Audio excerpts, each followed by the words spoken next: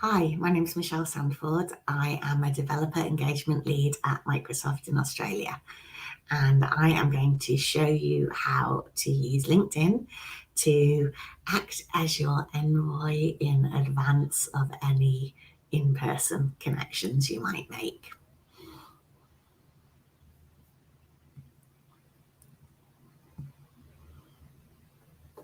So this is me. Connect to me on any of my social media platforms and reach out. I'm always happy to engage and talk about stuff like this. So I just want to start with a little story to show you how powerful LinkedIn really is. I am, despite all appearances, really introverted. I hate people. And it takes quite a lot of mental effort for me to work my way up to being in a room with a huge crowd of people. So what I tend to do when I have to do it is I will turn up super early, like maybe half an hour early, so that I can stand on the sidelines of the room and scope it all out. Look at people, see who doesn't look scary, and see who I might approach. So I was doing this for a big gala event a few years ago, and I thought, what I'm going to do is I'm going to approach someone that I know who is talking to someone I don't know, and then it'll be a sort of like soft introduction for me. I don't need to walk up to a complete stranger, introduce myself, and make a good impression. So I saw someone that I knew and talking to someone I didn't know, and I thought, this is good, I'm going to do it. So I walked over and I said, hey, Pat, how are you? And he said, oh, great, Michelle, do you know blah, blah? He is the CEO of the Department of Big Government Things. And I was immediately taken aback. I had accidentally walked up to the most important person in the room, and I was suddenly really nervous again, thinking, oh my goodness, what do I do? What do I say? How do I make a good impression? What can I possibly say in like 10 seconds that's going to make myself memorable to him? And while all of this was passing through my head, and simultaneously I was also thinking, I feel faint. Should I run for the bathroom? What should I do? The guy was peering at me and he went, oh, I know you. You're Michelle Sandford. I follow you on LinkedIn. I love your articles. This was such a relief to me because I realized that I didn't need to prove anything to this guy anymore. He already knew who I was. He already knew what I thought. He already liked those thoughts. He considered me an expert in my field. So we could just skip over all the awkwardness and go straight to the part where we're having a drink and telling jokes. And I thought, wow, this is the power of LinkedIn. It has allowed me to establish credibility from a distance, influence by volume, and to access all areas. And to use these skills to better position myself for the career that I want. So this is my LinkedIn profile. I've got this up here to show you how different it is from most of the profiles that you will see on LinkedIn. So your own profile, if you have one at this point, maybe you have a photo, maybe you don't, maybe it's not a good one. Maybe you have that banner across the top, maybe you don't. Maybe you just have the grey, bluey default background. And maybe you filled some of the stuff in, but you've been a bit half-hearted about it because what's the point? Let me tell you, there is really a lot of point. LinkedIn allows you to showcase yourself and show off all that you are to potential employers, to future colleagues and workmates, to your network. And it allows you to position yourself as you see yourself. So if you're doing it on a CV, you have to do it black and white, probably Times New Roman or Arial, which is exactly the same as the 200 other CVs in the pile in front of a recruiter. Maybe more than 200 CVs, all the same, black and white, Times New Roman, no pictures, no color. Everyone's got experience, everyone's got certifications. What can you possibly do to stand out from a crowd? But on LinkedIn, It allows you to showcase all that you are, to demonstrate all the different parts of your personality. So I'm going to show you that in a little bit more detail here. So here are 3 examples of some LinkedIn profiles.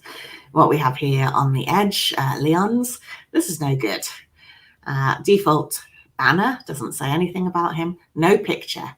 Well, I personally do not connect to ghosts. I presume that someone who has no photo in there is a bot.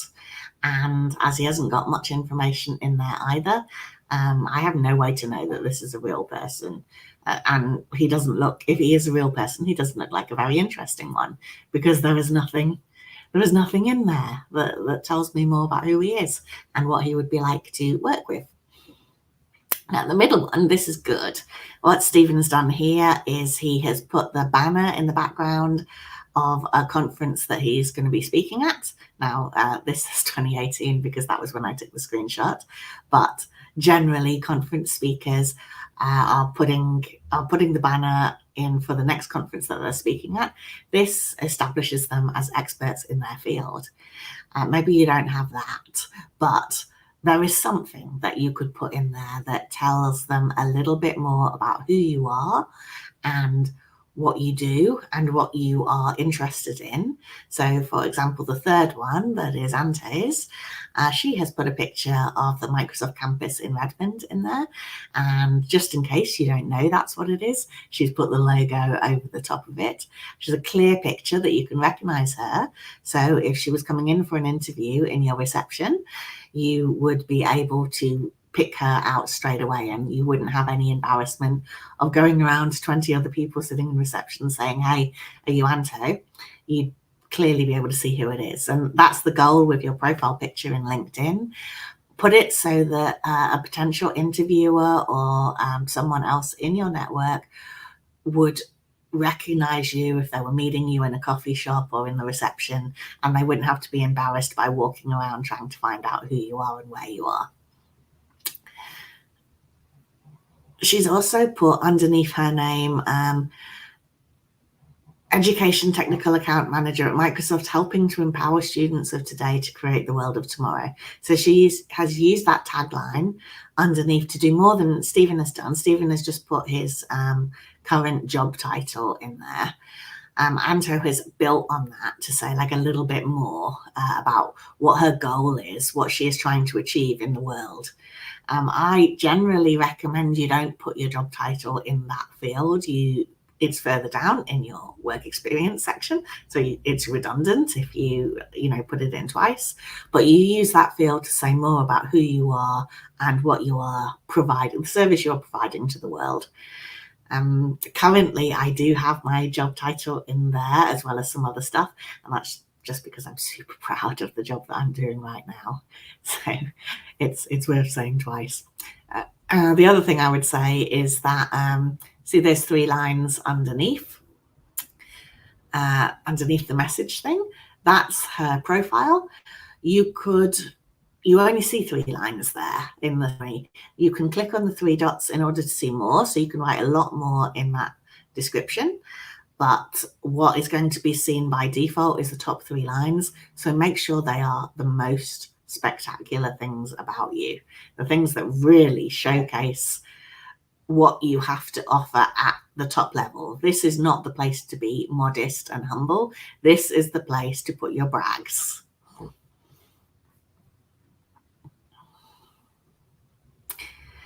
Okay, so this is the work experience section, as I said. Now you can see the difference between my current work experience and the work experience I had when I was at IBM. Difference is it's in color. I have attached all of these presentations, all of these videos, all of this stuff that I do now, which just really brings to life my profile, giving them a much more colorful view as to who I am. And they can click on those videos, they can watch me presenting or watch me talking about stuff, and it more clearly shows how much of an expert in my field I am. When I was at IBM, like, no one was making videos back then. No one was publishing their work either. And so it just looks very boring and black and white, much like your CV would look. And so you can see that there is a clear difference.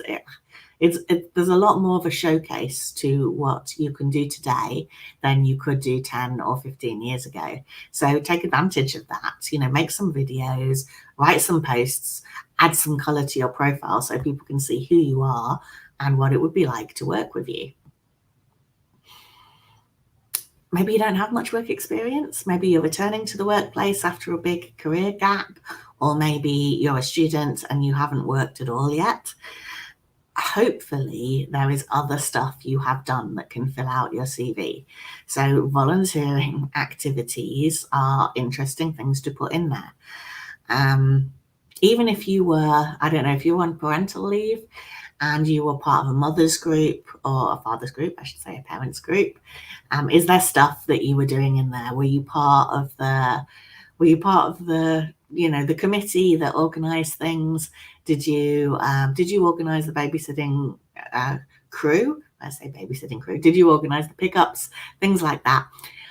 What is the stuff that you did that demonstrates that you are responsible, that you are organized, that you are friendly and customer focused? There are many things and many aspects of your life that you can demonstrate these things by the activities that you did that you were not necessarily getting paid for. If you put those things in, it's perfectly legitimate to do so in the volunteering section. I have a lot of committees in there, a lot of mentoring stuff. If you are a student, perhaps you should be joining some clubs and working on their committees, or mentoring to teach younger kids to code or teach women to code, or, what is it that you can do that demonstrates it's not all about you. You are also there to help your community. You want to help and enable those around you by lifting them up. This demonstrates what you will be like as a teammate in the workplace. And when people are looking to invite you to interview or they're looking to recruit you to their team, what they are looking for is, what kind of person is this to work with? What will they be like in a team? How will they enable others around them? What will they bring that is different, that is diverse, that will work well and complement the existing skill sets of the team? That's what you want to show in your LinkedIn profile.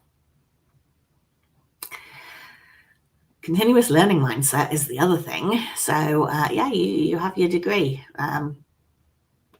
and so does everyone else. Or maybe you don't even have your degree. I'm in Australia now, and it's actually quite common for people in Western Australia in particular to not have their degree and still go on to have extremely successful careers. So it's not an essential thing, but there are plenty of people that have that. How do you compete against that? And even if you have it too, how do you lift yourself above that? And what I would say that employers are looking for is this continuous learning mindset. It isn't enough to get your degree and then what? You have to show that you are continuously learning, updating your knowledge, that you are interested in the world around you and the field that you want to work in, and you are on your own pushing yourself to gain that knowledge and keep up to date.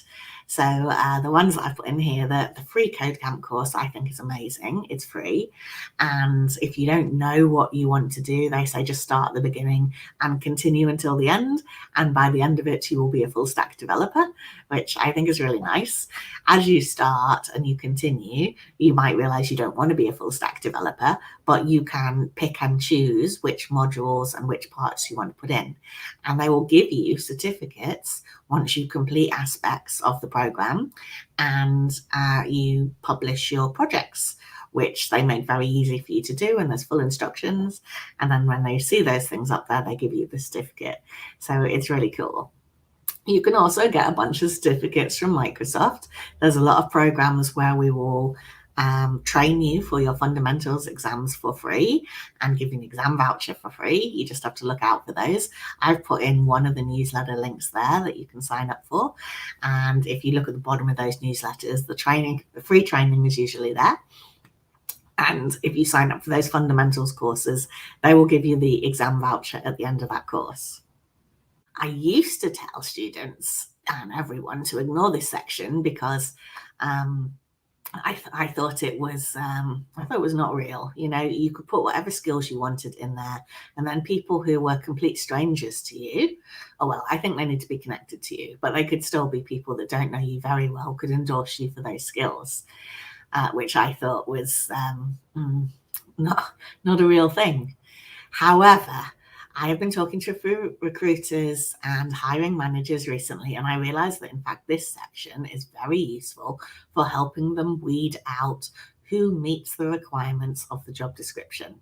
If you use this section well, you make it much easier for a hiring manager to be able to skim through your profile and see whether you are a likely candidate. And the way they're going to do this is they're going to look at their job description with the requirements that they have put on there and see whether those are listed in your skills section.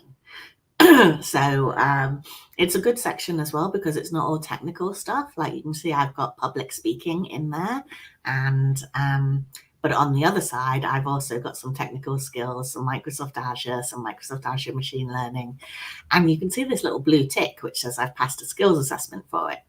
Now, again, I do not think those skills assessments are as much of a core indicator as the Microsoft certifications would be, because you really need to have followed a learning path and sat an exam in order to get those certifications. But there's like 15 questions here that are sort of like a finger in the water. And so what they are doing is giving those first round people, so the people who are skimming through the thousands CVs or profiles to pick out which one should be invited to interview. And, you know, imagine there's going to be, I don't know, 20 people invited to interview from hundreds or thousands of applicants, depending on the company. And so they need to be quite brutal in their weeding out. So what you really want to do is make sure that your skills are matched and that you have passed some of those skills assessments. If you're smart, you'll ask the internet to help you with that. Okay, and here's an example of what I mean. What I've got here is a job description that I took off the Careers at Microsoft website for a security engineer. And then on the other side, I have the profile of an actual security engineer at Microsoft. And if you look at the things that I've highlighted as key key skills that they say you should have, and you look at what she has got in her profile, you can see there's a lot of those things that match up. So it's very easy to, by looking at her profile, see that she meets the criteria and qualifications for that. Well, qualifications, yes, different section, but more than that, you know, this really will help them put her in the yes interview pile. What I really like about LinkedIn is that these recommendations are practically a blockchain, in that you can see the people that have given me a recommendation. You can click on them. You can see, does their profile look genuine and look legitimate? Who has recommended them? And you can keep clicking and keep going along the chain and tracking, you know, how legitimate does this whole thing look? Are these people real people? And by looking at how complete their profiles are and how many people have connected with them and have recommended them, you can form a pretty strong opinion about whether those are real recommendations or not. Now, I've got more than 60 recommendations on my profile, which might sound like a lot, but I have been working for more than 25 years. I know, I do not look that old. And I've been gathering these recommendations for as long as I have been on the LinkedIn platform, which is a really long time. The people that I've got them from are people that worked for me, people that I worked for, so like my bosses, my team, the people around me, so the people that I worked with, my customers, vendors, partners, basically anyone that had some sort of experience with me as we worked. I would ask them, if it was a good experience, I would ask them to write me a recommendation. And so it is that I have 60 recommendations from people who have seen me from all angles. And they know what it is like to work with me or for me or have me work for them or, yeah, all angles. And when you read those 60 recommendations, by the time you get to the bottom, you will have a very good idea what it would be like to have me in your team. You could very clearly imagine who I am and how I would connect with the team that you have now. It makes it very easy for a potential employer to look at me and say, yeah, she would fit in here. Or yes, she is exactly what this team is lacking. She's just what we need. When they look at your CV or when they look at a LinkedIn profile that isn't very completely filled in or doesn't have any recommendations, you make it a lot harder for them to imagine what it would be like to have you working for them. And so they have to work a lot harder to draw that out of you at interview if you even get past the first round. So yeah, this is why I really love the recommendations. And one other thing I would stress about them is when you do something good, when you have finished a big project, turned in a big piece of work, delivered something for a customer, and they're like, oh, thank you so much. We would have been lost without you. At that point, ask them for the recommendation. It's easy for them. It is fresh in their mind what you have done, and they can easily write that story out and thank you for it. And that's what they want to do. So ask for the things at the time you do them.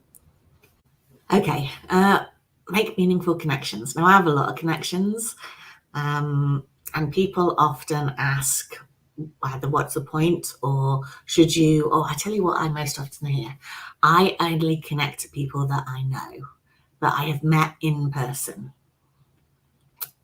This is absolutely the wrong decision to make. This is not your personal address book. These people are not coming round to your house. This is your business network.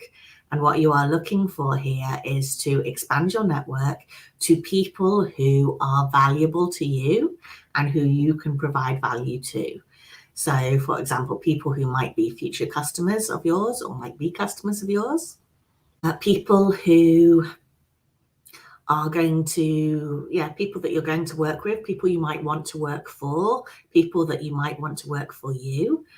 So, if you're into data and AI, you might search for people in LinkedIn who have within their job title the terms data and AI or data scientist or artificial intelligence engineer, and then ask them for connections because you establish credibility in part from your network. Those people that you are connected to, if they are at a higher level than you will get some of that expertise will rub off on you as a result of you being connected to them. People will see you as more legitimate as a result of who you are connected to. That, of course, works the other way. So if you are accepting connections from anyone, and there are people out there that call themselves Lions, which is LinkedIn open networkers, which means they literally send thousands and thousands of connections out every day and try to connect to as many people as possible, regardless of who they are. There is not value in that. The way we do business these days, even the way we do sales and marketing these days, there is not value in having a network that is completely unverified, unscoped, I guess. You want to connect to people who are useful to you in that they have expertise that you wish to be associated with, or like they can help you level up or you can help them level up because you're in the same field. Now, I would normally accept connections from students because they are at the start of their career and they do not really know what their field might be at some point. And I will sometimes connect to people who are in a completely different field if they tell me they are wanting to do a career change into this field. So I don't care if they are a paper boy or a baker or own a newsagent or I don't know. anything like that, if they say they are looking to change career and work in the tech industry, then I will accept that. So put a little bit of, when you're sending connections, give them a reason to connect to you. And when you're accepting connections, look for the reason as to why you should accept them. Don't accept everybody, but also don't only accept them if you only know them, because that won't work for you either.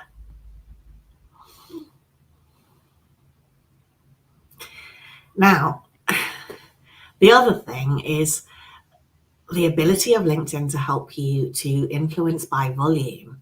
So if you are going to meet everyone that you network with in person, then you are probably going to only be able to do that with about 8 people per day max.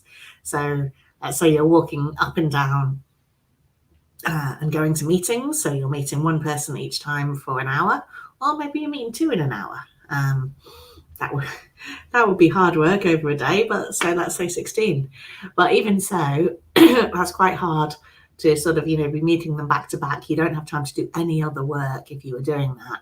And I think that your pitch to them, or what you were saying to them, would start to sound like you were repeating the same record again and again and again. And it's not very efficient. You could adapt it for each person, but again, that is an awful lot of energy and effort you're putting in. And the chances, I think, of you getting 16 people back to back for meetings, no time to eat or go to the bathroom or anything in between, and you talking to them and you getting them on board, that would be very wearying. What LinkedIn does, it enables you to tell your story once, and for that story to get out in front of thousands of eyes. So when I post something on LinkedIn, I'll normally post a picture and I'll tell a bit of a story about it. And I know thousands of people view that post. Thousands of people, because the people that I'm connected to will see it in their streams, but also the people that they are connected to will see it in their screens if they interact with it. What do we talk about, you wonder? And how much effort is this? It seems like a lot of work. Not as much work as seeing the 16 people back to back in person one at a time would be. And what I say is you just need to do 3 things each day. So you want to find something to like. What I've done there, that Microsoft on the issues one, I've liked that one. Or in fact, I've loved that one, because what this does is this links me to an article that's talking about Microsoft and sustainable climate goals. And it says that we're a good company and we have good goals and good values, and that I believe in those things. Just by liking it, all of that is implied. So that was pretty easy. That was like a, less than 1 second action to say all of that about me. The next one in the middle that I have I've commented on. What I've done there is Noelle has made a post about career skills. I have commented on it, but the comment I have made allows her, or any of the panelists indeed, to share more knowledge as a result of the question that I have asked on there. So I said, if people register for this event and they can't make it because the timing is wrong, will they still get access to the recording? And they'll be able to reply saying, yes, everyone should sign up, because the recording will only be available to those people that register. So that's good, and they'll be very happy that I have enabled them to share a little bit more and to make it a little bit more obvious as to why people should sign up. And if I didn't know Noelle or Anatoly, after me making that comment and them seeing that interaction, that useful interaction, they would be more likely to accept my connection if I sent a connection request to them. Final thing is about Misty the robot. And so this is about an Azure in Action episode, and it's an AI episode. So by me sharing this, and in fact, you don't see it there, but if you clicked on the see more, then you would see that I've actually tagged all the speakers for that event in there as well. What this does is it connects my expertise to their expertise, connects me to the idea of AI and Azure and robots, and it connects me to them. Those that were not connected to me, after seeing that I shared a post about them, spruiking their event and talking about how great they are, when I send them the connection request, they are much more likely to accept that connection request from me. And other people out in my network are going to think that maybe I'm an expert in AI as a result of my connection to them, or they'll think that my expertise in AI is more legitimate as a result of my connection to these experts. So that's a really good way to reinforce your credibility and expertise, and also help your network by sharing content that is relevant and interesting to them. These are all just posts that I casually did when I was out and about in the world. The first one, when Satya joined our company, he sent us a copy of his book that he had just released. Every single person in Microsoft got a copy of this book, but it wasn't just the same copy that was for sale in the shops. It was a special employee edition that had all these little notes in the margins and all these highlights in the book. And so I shared a picture of what those pages looked like and some comments about what was interesting in there and what I loved. And that got like 13.5 thousand views on that post during the week. It's not just about the number of views that you get, it's about the idea that you are sharing. And what I'm sharing there is a story about Microsoft culture. And this expands the idea of what we value about Microsoft, why we are happy to be employees, the direction that Satya has brought us in. And it's really a great way to sort of establish your own values and reinforce them and link them to the company that you work for. The one in the middle there with Jason and his baby, that's actually my favorite one, the highest number of views I ever got on a post. And what happened was it was about 7:30 in the morning, and I came in and Jason was there in reception holding his baby in one hand and his mobile phone in the other. You can see he's not smiling, he's frowning, and he's taking a customer call, which is clearly a difficult call. I made this post saying one of the things I love about Microsoft is that you can work however you need to work. If you need to bring your baby into work in order to get stuff done, then you can. If you wanted to work at home with the baby, you could do that. If you wanted to go to a cafe and or come to work, put the baby in childcare, you manage however you want. That is up to you. We are not going to, Microsoft is not going to tell you how to get through your day and how to manage your business and your family and all of that. That is entirely up to you, and you have our support while you do it. And people like that. People like seeing the fact that Jason was clearly a little bit struggling, but also that he was doing his work and that he had his baby there.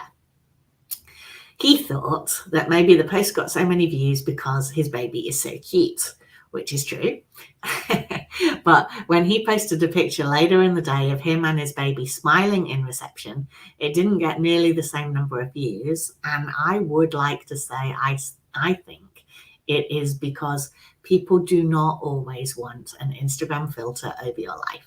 They don't want to see that there you are working at Microsoft, living the dream with your happy baby, and everything is easy. They want to see that you are a normal person who is struggling with their work-life balance, but they are getting through it regardless with the support of their company and their family. So you don't have to wait for the perfect picture, is my message. You want to let people peek a little bit into the reality of your life. I mean, not the whole nervous breakdown. I don't think that they want to see every aspect of your life every day. We're all struggling and we're all lost. And I don't think that you can post about that all the time. You need to put a little bit of optimism in there. You need to put a little bit of uplift. They can see that there is struggle, but also you need to give people hope. They want to know that it is worth going on. So, try and put your messages like that if you can. This is another established credibility from the distance tip and trick. So this was a few years ago, and I was going to a big conference in Sydney, and I had never been to a conference as huge before, and I was really shy and nervous, and I am in awe of all of these famous speakers. And so what I did was I made some posts in advance where I took pictures of the speakers that were going to speak and put them out and said, I'm really looking forward to seeing these speakers at NDC Sydney. And then I tagged them all in there. And then as soon as that post went live and I could see those speakers liking the post because they were tagged in it, I would then send them a connection request and say I was really looking forward to meeting them in person at NDC Sydney. They would all accept those because I had just written this little post that spooked their session. And so therefore they were grateful to me. And then when I got to the conference, instead of me standing with 100 other attendees queuing up to meet the speakers after they've done their sessions, I had already met those speakers. We had already gone for coffee that morning before their session, or we already had plans to meet up later that night for a drink after their session, because they felt like they already knew me, even though they only knew me from online. And so there is value in your posts, not just to you, but to even really famous people. When I say famous people, to me, tech speakers are famous. I would rather see them than like movie stars or pop stars. So here's like 3 more examples of the different posts that I put up there. Now, on my LinkedIn profile, I have a bunch of articles which you can read, which will help you improve your profile. I've written what I know about job interviews, about being rejected from job interviews, and a lot of other stuff. These are, good for you to read, but also good to inspire you to think, what do you know and what could you share with your network? I did also just want to show you my GitHub profile, which if you look at that, it looks even fancier than my LinkedIn profile.